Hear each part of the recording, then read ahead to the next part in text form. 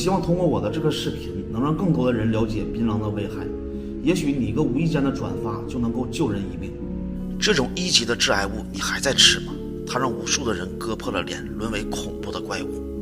它每年都会夺走数十万人的生命，却安然还能出现在零食铺里。我们也经常听到一句话：槟榔配香烟赛过活神仙。但是其实后面还有2句：再吃上几年，坟头直冒烟。在2013年7月已经被割去舌头、切掉牙床的刘森果被检查出癌细胞已经转移到了肺部和大脑，他最后在痛苦中悲惨的死去。而他正是一个重度的槟榔爱好者，他每天都至少要嚼1包的槟榔。在人口不超过700万的岛国巴布亚新几内亚，60%的居民都嚼槟榔。口腔癌的并发率高达2%，这是个什么概念？整个国家约有14000的口腔癌患者，每年因为口腔癌而死的人就超过了3000人，其中还不包括那些因为嚼槟榔而导致的口腔疾病。仅仅的10年间，中国就成为口腔癌的高发地区。10年的时间里，口腔癌患病涨了20倍，至少有6000万人因为嚼槟榔引发了各种的口腔疾病。根据相关的研究结果表明，66%的槟榔爱好者都有口腔黏膜病变，这种病变就是口腔癌的前兆。我们国家湖南是口腔癌的高发地区，超过全国水平的30%。因为很多湖南人都是槟榔的重度爱好者，超过40%的青年都长期嚼槟榔。到了逢年过节，槟榔更是家中必备的零食。而且他们还发明了槟榔的不同吃法，加葡萄干的，加枸杞的，加爆竹的，甚至还有火焰槟榔、石灰槟榔，各种各样的吃法层出不穷。然而槟榔早在2004年就被世界卫生组织列为1级致癌物，但是各种广告却在明目张胆的宣传。很多人说，我嚼了一辈子的槟榔，我也没有口腔癌呀。那我今天就用医学的结果告诉你，槟榔为什么会致癌。那我今天就用医学的结果告诉你，槟榔为什么会致癌。槟榔为什么是1级致癌物？看完这个视频，或许你就明白了。切掉牙床，割掉舌头，变成人不人鬼不鬼的怪物，这些触目惊心的案例，口腔癌是直接的诱发原因，而槟榔才是真正的罪魁祸首。10个口腔癌9个嚼槟榔，这是台湾宣传槟榔的有害标语。但是很多人并不相信槟榔真的能够致癌。我今天来告诉你，槟榔到底是怎么致癌的。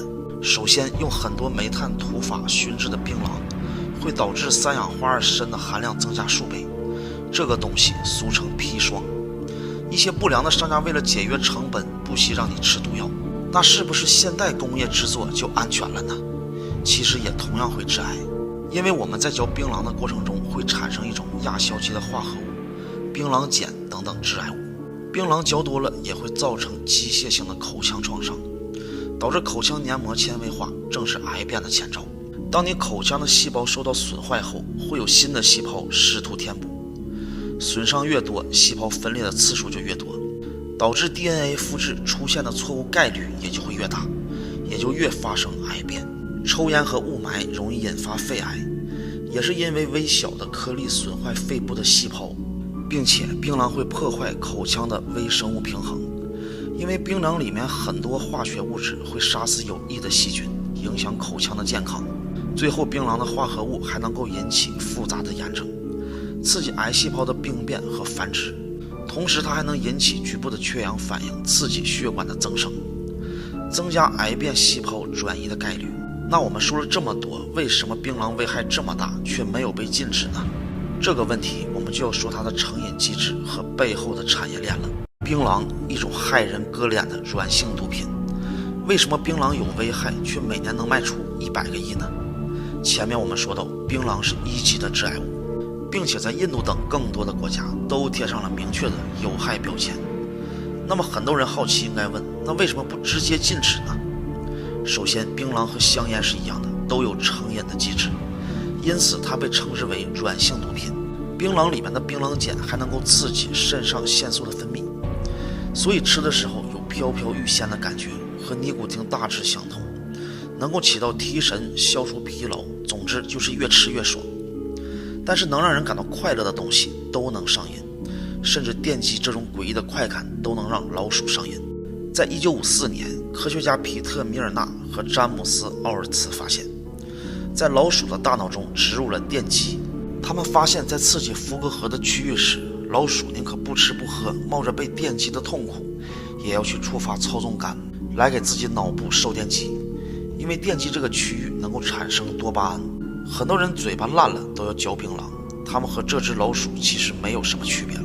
而之所以全世界都没有明令禁止槟榔，一个是因为如果不经常吃的话，确实没有太大的危害，但是能够上瘾的东西一旦吃了之后就很难不经常吃了。而且槟榔的背后设计了一个1000亿级的产业，提供了无数的岗位和经济效益，这和烟草行业是一样的。大家可以看一下这个片段去感受一下。 The tobacco companies are great sponsors of sport. Now, where would the BBC sports programs be if cigarette companies couldn't sponsor the events that they take? Humphrey, we're talking about 100,000 deaths a year. Yes, but cigarette taxes pay for a third of the cost of the National Health Service.